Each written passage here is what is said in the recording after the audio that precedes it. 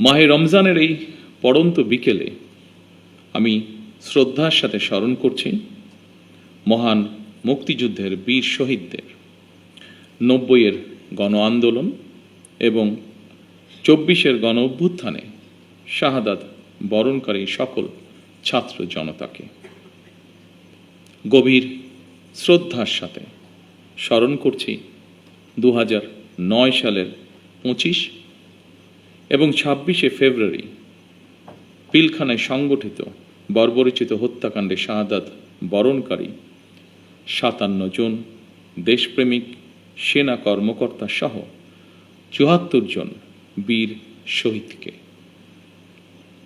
আমি তাদের আত্মার মাগফিরাত কামনা করছি এবং শোক সন্তপ্ত পরিবার বর্গের সদস্যদের প্রতি জানাই গভীর সমবেদনা। আজ ২৫শে ফেব্রুয়ারি জাতির ইতিহাসে এক রক্তাক্ত এবং বেদনা বিধুর দিন। এ দিনটি এলে প্রকৃতি যেন আবার স্মৃতি ও শোকের ভারে নীরব হয়ে যায়। বাতাসে ভেসে আসে সেই বিভীষিকাময় মুহূর্তের আর্তনাদ। আমাদের হৃদয় গভীর বেদনায় ভারাক্রান্ত হয়ে ওঠে। ২০০৯ সালের ২৫ এবং ২৬শে ফেব্রুয়ারি নির্মম ঘটনা আমাদের জাতীয় জীবনে এক গভীর ক্ষত সৃষ্টি করেছে, যার বেদনা সময় পেরিয়ে আজও বহমান। দীর্ঘ ১৭ বছর পরে শহীদদের স্মৃতি বিজড়িত এই প্রাঙ্গণে আজ আমার কণ্ঠ কিছুটা স্বাভাবিকভাবে ভারী হয়ে উঠছে।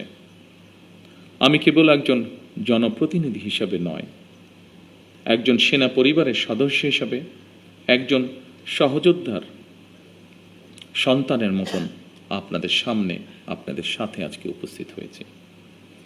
২০০৯ সালে সেই বিভীষিকাময় ঘটনায় ৫৭ জন মেধাবী ও দেশপ্রেমিক সেনা কর্মকর্তা সহ মোট ৭৪টি প্রাণ ঝরে গিয়েছিল।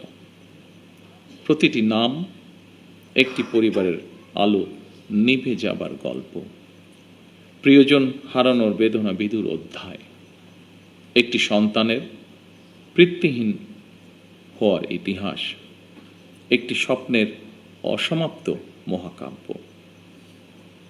আমি দেশে প্রত্যাবর্তনের পরপরই বনানী সামরিক কবরস্থানে গিয়ে শহীদ সেনা কর্মকর্তাদের কবরের পাশে দাঁড়িয়ে উপলব্ধি করেছি গত ১৭ বছরে আপনাদের দুর্বিষহ সংগ্রাম, অপরিসীম ত্যাগ আর দাঁড়ে দাঁড়ে ঘুরে বিচার না পাওয়ার নিদারুণ যন্ত্রণা।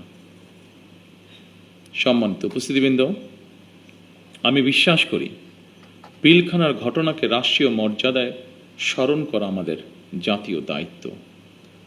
২৫ ও ২৬শে ফেব্রুয়ারি ঘটনাকে ইতিহাসে রাষ্ট্রীয় মর্যাদা না দিলে ভবিষ্যৎ প্রজন্ম আমাদেরকে হয়তো ক্ষমা করবে না। তাই সেনাবাহিনীও আপনাদের সঙ্গে আলোচনা করে ২৫ এবং ২৬শে ফেব্রুয়ারি স্মৃতিকে অম্লান করে রাখতে বর্তমান সরকার ইনশাল্লাহ কাজ করবে।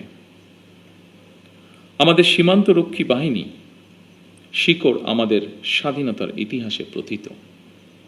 ১৯৭১ সালের যেদিন চট্টগ্রামের কালুরঘাট বেতার কেন্দ্র থেকে শহীদ রাষ্ট্রপতি জিয়াউর রহমান স্বাধীনতার ঘোষণা দিয়েছিলেন, সেদিন সেনাবাহিনীর সাথে তদানীন্তন ইপিআরের সদস্যবৃন্দ বেতার কেন্দ্রের দায়িত্বে নিয়োজিত এক থেকে গৌরবময় ইতিহাসের সাক্ষী হয়েছেন এবং মহান মুক্তিযুদ্ধের সূচনা লগ্ন থেকে সেনাবাহিনীর সাথে অবিস্মরণীয় অবদান রেখে চলেছেন।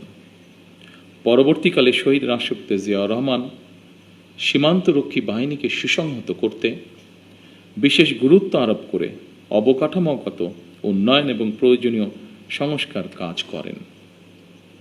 সেনাবাহিনী থেকে যোগ্য ও মেধাবী অফিসারদের পেশনে প্রেরণের সংখ্যা বৃদ্ধি করা হয়।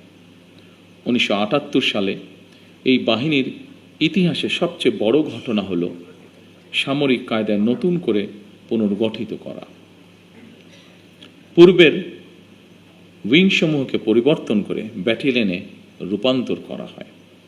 দুটি নতুন ব্যাটালিয়ন সংযোজন করে বাহিনীর সংগঠনকেও পরিবর্ধিত করা হয়।